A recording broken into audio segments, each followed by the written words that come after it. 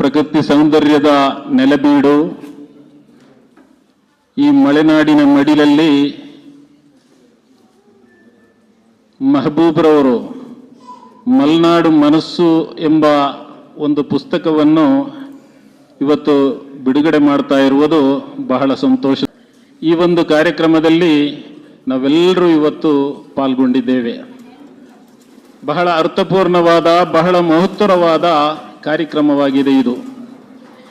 ನಾನಿಲ್ಲಿ ಬಂದಾಗ ಇಲ್ಲಿನ ಈ ಗಣ್ಯಾತಿ ಗಣ್ಯರನ್ನು ನೋಡಿದಾಗ ನನಗೆ ಬಹಳ ಸಂತೋಷವಾಯಿತು. ಈ ವೇದಿಕೆಯ ಮೇಲಿರುವ ಎಲ್ಲ ಗಣ್ಯರನ್ನು ನೋಡಿ, ಈ ಸಭೆಯಲ್ಲಿರುವವರನ್ನು ಎಲ್ಲರೂ ಮಹಾತ್ಮರು. ಇಂತಹ ಕಾರ್ಯಕ್ರಮದಲ್ಲಿ ಪಾಲ್ಗೊಳ್ಳುವ ಒಂದು ಅವಕಾಶ ನನಗೆ ದೊರಕಿದೆ. ಇವೆಲ್ಲವೂ ನಮ್ಮ ಮನಸ್ಸಿನ, ನಮ್ಮ ಜೀವನದ ಒಂದು ಸುಂದರವಾದ ಸಮಯವಾಗಿದೆ. ಇವತ್ತು ಮಲ್ನಾಡ್ ಮೆಹಬೂಬ್ರವರು ಬಹಳ ಅರ್ಥಪೂರ್ಣವಾಗಿ ಈ ಒಂದು ಪುಸ್ತಕವನ್ನು ಸಮರ್ಪಣೆ ಮಾಡಿದ್ದಾರೆ. ಈ ವೇದಿಕೆಯಲ್ಲಿ, ಈ ಸಭೆಯಲ್ಲಿ ಕುಳಿತಂತಹ ಎಲ್ಲ ಮಹಾತ್ಮರನ್ನ ನೆನೆಸುವಾಗ ಮಹಾತ್ಮ ಗಾಂಧೀಜಿಯವರ ಒಂದು ಮಾತು ನನಗೆ ನೆನಪಿಗೆ ಬರ್ತಾ ಇದೆ. ಈ ದೇಶಕ್ಕೆ ಜನಗಣಮನ ಅಧಿನಾಯಕ ಜಯ ಹೇ ಎಂಬ ರಾಷ್ಟ್ರಗೀತೆಯನ್ನು ಸಮರ್ಪಿಸಿದಂತಹ ರವೀಂದ್ರನಾಥ್ ಠಾಗೂರ್ರ ಬಗ್ಗೆ, ಆ ಕವಿಗಳ ಬಗ್ಗೆ ಒಂದು ಮಾತನ್ನು ಹೇಳಿದ್ರು. The great Sentinel of India ಅಂದ್ರು. ಭಾರತದ ಕಾವಲ್ಕಾರ ಅಂತ ಹೇಳಿದ್ರು. ಈ ಭಾರತದ ಕಾವಲ್ಕಾರ ಅನ್ನುವಾಗ ನಮ್ಮ ಚಿಂತನೆ ನಮ್ಮ ಸೈನಿಕರ ಕಡೆಗೆ ಹೋಗುತ್ತೆ. ಈ ದೇಶವನ್ನು ನಿಜವಾಗಲೂ ಕಾಯ್ದವರು ಸೈನಿಕರು.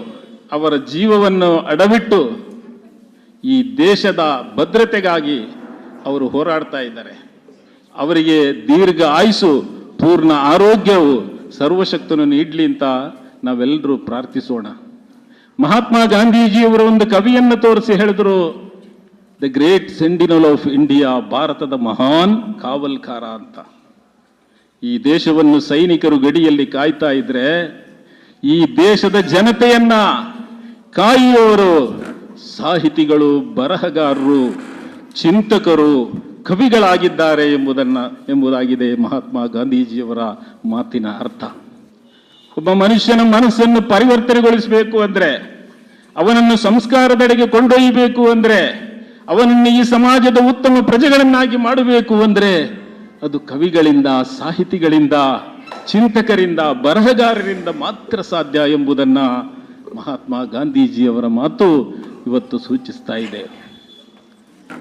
ಮಲ್ನಾಡ್ ಮೆಹಬೂಬ್ರವರ ಪುಸ್ತಕದ ಬಗ್ಗೆ ಹೇಳಬೇಕು ಅಂದ್ರೆ, ಒಂದೇ ಮಾತಿನಿಲ್ಲ ಅದನ್ನು ಹೇಳಬೇಕು ಅಂದ್ರೆ, ಅದನ್ನು ನಾನು ಓದಿದೆ.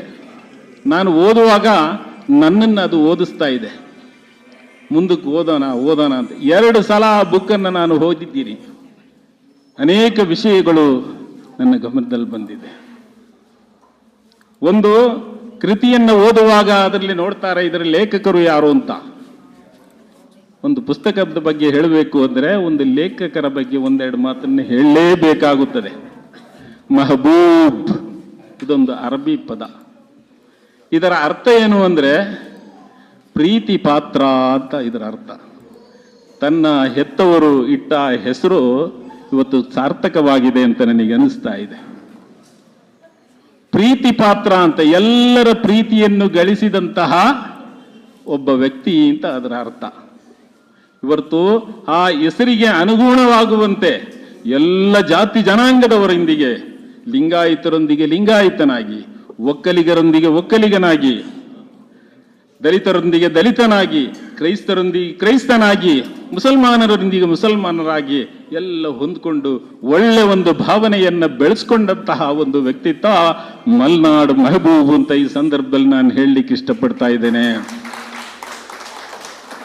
ಏನೇ ಸಮಸ್ಯೆಗಳು ಬಂದ್ರು ಗಟ್ಟಿಯಾಗಿ ನಿಂತ್ಕೊಂಡು, ಬಗ್ಗದೆ ಕುಗ್ಗದೆ ಗಟ್ಟಿಯಾಗಿ ನಿಂತ್ಕೊಂಡು, ಅಕ್ಷರಗಳೇ ತನ್ನ ಆಸ್ತಿ, ಅಕ್ಷರಗಳೇ ತನ್ನ ಆಯುಧ, ಅಕ್ಷರಗಳೇ ತನ್ನ ಸರ್ವಸ್ವ ಎಂದು ತಿಳ್ಕೊಂಡು ಅಕ್ಷರಗಳ ಮಧ್ಯೆ ಬದುಕಿ ನೊಂದವರಿಗೆ, ಅನ್ಯಾಯಕ್ಕೊಳಗಾದವರಿಗೆ, ನಿಂದನೆಗೊಳಗಾಗದ್ದವರಿಗೆ ತನ್ನ ಅಕ್ಷರಗಳ ಮೂಲಕ ನ್ಯಾಯವನ್ನು ದೊರಕಿಸಿಕೊಟ್ಟಂತಹ ಒಂದು ವ್ಯಕ್ತಿತ್ವ ಮಲ್ನಾಡು ಮಹಬೂಬ್ ಅಂತ ಈ ಸಂದರ್ಭದಲ್ಲಿ ನಾನು ಹೇಳಲಿಕ್ಕೆ ಇಷ್ಟಪಡ್ತಾ ಇದ್ದೇನೆ. ಆದ್ದರಿಂದ ಇವತ್ತು ಮಲ್ನಾಡು ಮನಸ್ಸು, ಅದರಲ್ಲೂ ಅವರು ಸ್ವಾರ್ಥ ತೋರಿಸಿಲ್ಲ. ಇದು ನನ್ನ ವೈಯಕ್ತಿಕ ನನ್ನ ಭಾವನೆಯಲ್ಲ, ಮಲ್ನಾಡು ಮನಸ್ಸು, ಮಲೆನಾಡ ಜನತೆಯ ಭಾವನೆ ಎಂಬುದನ್ನ ಇವತ್ತು ಇದಕ್ಕೆ ನಾಮಕರಣ ಮಾಡುವ ಮೂಲಕ ಈ ಪುಸ್ತಕವನ್ನು ವ್ಯಕ್ತಪಡಿಸಿದ್ದಾರೆ. ಆದ್ರಿಂದ ನನ್ನ ಪ್ರೀತಿಯ ಸಹೋದರರೇ, ಸಿಲಬಸ್ ಎಂಬ ಪಾಠ ಪುಸ್ತಕಗಳಿಂದ ಮಾತ್ರ ಜೀವನವನ್ನು ಬದಲಾಯಿಸಲು ಸಾಧ್ಯವಿಲ್ಲ, ಜೀವನದ ಗುರಿ ಮುಟ್ಟಲು ಸಾಧ್ಯವಿಲ್ಲ. ಇಂತಹ ಅನುಭಾವಿಗಳು ಬರೆದಂತಹ ಪುಸ್ತಕಗಳನ್ನ ನಾವು ಓದಿದಾಗ ಮಾತ್ರ ನಮ್ಮ ಬದುಕು ಸಾರ್ಥಕವಾಗಲು ಸಾಧ್ಯ, ನಮ್ಮನ್ನು ಸಂಸ್ಕಾರದೆಡೆಗೆ ಅದು ಕೊಂಡೊಯ್ಯಲು ಸಾಧ್ಯ ಅಂತ ಈ ಸಂದರ್ಭದಲ್ಲಿ ನಾನು ಹೇಳಲಿಕ್ಕೆ ಇಷ್ಟಪಡ್ತಾ ಇದ್ದೇನೆ. ಹೀಗಾಗಿರಬೇಕು ನಮ್ಮ ಬದುಕು. ನಮ್ಮೆಲ್ಲರನ್ನು ದೇವರು ನಮಗಾಗಿ ನಮ್ಮನ್ನು ಸೃಷ್ಟಿ ಮಾಡಿಲ್ಲ. ನಮ್ಮ ವಿಶ್ವನಾಥ್ ಗೌಡರು ಅವರಿಗಾಗಿ ದೇವರು ಸೃಷ್ಟಿ ಮಾಡಿಲ್ಲ. ಅವರು ಮಾಜಿ ಶಾಸಕರು, ನಮ್ಮೆಲ್ಲರ ಸೇವೆ ಮಾಡಿದ್ದಾರೆ. ಅವರು ನಮಗಾಗಿ ಅವರನ್ನ ಸೃಷ್ಟಿ ಮಾಡಿದ್ರು. ಮಲ್ನಾಡು ಮಹಬೂಬ್ರವರು ಮಲ್ನಾಡು ಮನಸ್ಸು ಎಂಬ ಪುಸ್ತಕವನ್ನು ಇಲ್ಲಿ ಸಮರ್ಪಿಸಿದರು. ಅವರನ್ನು ಅವರಿಗಾಗಿ ಸೃಷ್ಟಿ ಮಾಡಿಲ್ಲ, ನಮಗಾಗಿ ಸೃಷ್ಟಿ ಮಾಡಿದ್ರು. ಸಮಾಜಕ್ಕಾಗಿ ದೇವರು ಸೃಷ್ಟಿ ಮಾಡ್ದ. ಇಲ್ಲಿ ಕೂತಿರತಕ್ಕಂತಹ ಎಲ್ಲ ವ್ಯಕ್ತಿಗಳು ನಾವು ನಮಗಾಗಿ ಬದುಕುವುದಕ್ಕಿಂತ ಸಮಾಜಕ್ಕಾಗಿ ನಾವು ಬದುಕಬೇಕು, ಜನತೆಗಾಗಿ ನಾವು ಬದುಕಬೇಕು, ಸಮುದಾಯಕ್ಕಾಗಿ ನಾವು ಬದುಕಬೇಕು.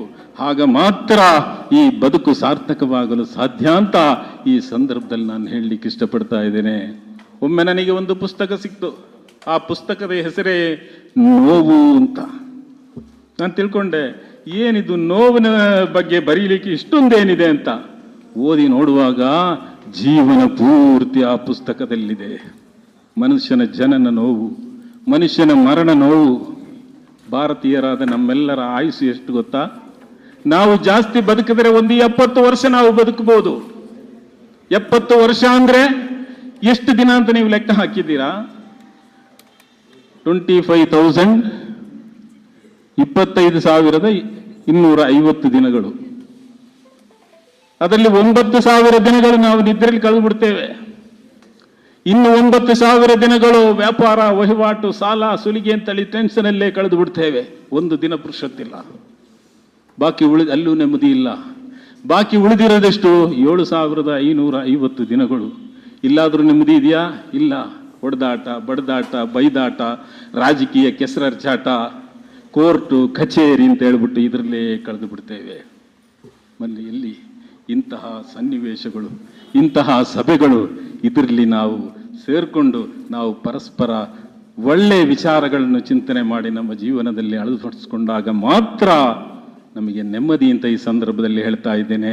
ಅದರಿಂದ 3 ದಿನದ ಸಂತೆ, ನಗು ನಗುತ್ತ ಬಾಳಬೇಕು, ದೇಶವೆಂಬ ಕಂತೆ ನೀನು ಸುಟ್ಟು ಹಾಕಬೇಕು, ಪ್ರೀತಿ ಪ್ರೇಮ ಹಂಚಿ ನೀನು ಹೋಗಬೇಕು ಅಲ್ಲಿ, ಸತ್ತ ಮೇಲೆ ನಿನಗೆ ಹೆಸರು ಉಂಟು ಇಲ್ಲಿ ಅಂತ ಮಹಾತ್ಮರು ಹಾಡಿದ್ದಾರೆ. ಅದರಿಂದ ಒಳ್ಳೆಯವರಾಗಿ ನಾವು ಬದುಕಬೇಕು. ಈ ಪುಸ್ತಕ ಸಮಾಜಕ್ಕೆ ಒಳ್ಳೆಯದಾಗಲಿ, ಒಳ್ಳೆಯ ಸಮಾಜ ನಿರ್ಮಾಣಕ್ಕಾಗಿ ನಾಂದಿ ಹಾಡಲಿ, ಉತ್ತಮ ಸಮುದಾಯವನ್ನು ಸೃಷ್ಟಿಸಲಿ ಅಂತ ಈ ಸಂದರ್ಭದಲ್ಲಿ ಹೇಳ್ದ.